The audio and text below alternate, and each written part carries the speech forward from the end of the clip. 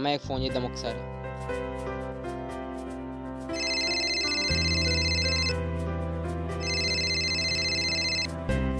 Hello Ramayya.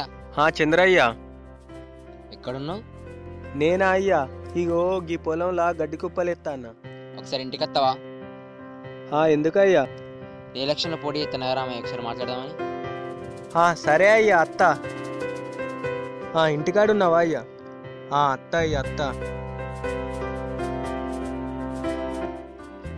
బా, చంద్రయ్య ఎలక్షన్లో పోటీ చేసిండు కదా, పిలిచిండు. ఇంతమందు ఇన్ని పైసలు ఇస్తాడు కావచ్చు, పోదాం, తొందర పోవాలి. గడ్డి కుప్పల తర్వాత వేసుకోవచ్చు, పోవాలి పోవాలి, పైసలు పైసలు. చంద్రన్న నమస్తేనే. చంద్రన్న నమస్తేనే. రామయ్య రా, కూసో కూసో. కూకురుడు ఎందుకు గాని, ఏం ముచ్చట చెప్పరాదు? చెప్తా కానీ కూసో. చెప్పాయే, నువ్వు చెప్పు. ఇగో రామయ్య, నేను ఎలక్షన్లో పోటీ చేస్తున్నా, నువ్వు నాకే ఓట్ వేయాలి. ఈ సపోర్ట్ ఉంటే నేను గెలుస్తా. మనకు గుర్తుందో తెలుసు కదా.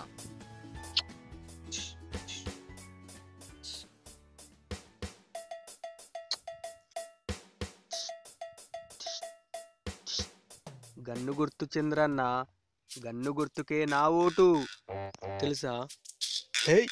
గన్ను గుర్తు ఖచ్చితంగా గెలుస్తుంది. నేనున్నగా, నీకు సపోర్ట్ ఇస్తున్నా, నువ్వు బాధపడక అస్సలు, నేనున్నా నీకు. చంద్రన్న అయితమే కానీ మరి అప్పటికి ఇంతంత ఓ కోటరు ఇన్ని పైసలు ఇస్తావా అని. నాకింత కోటరు ఇన్ని పైసలు, నా ఓటు మొత్తం నీకే. మనోళ్ళు అందరు ఉన్నారు, ఆ లోట్లన్నీ నీకేనే.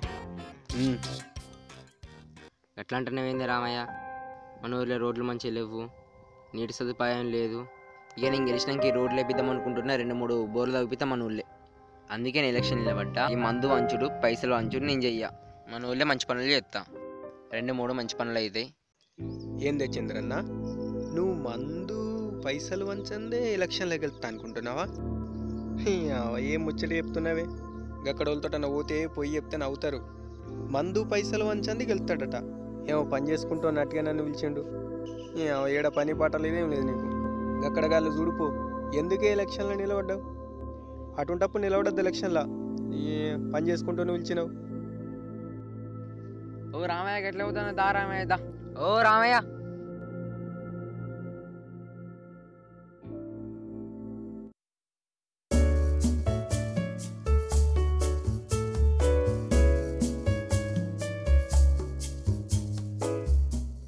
చంద్రన్న ఏమైంది గట్లున్నావు? ఏం లేదు విక్కీ.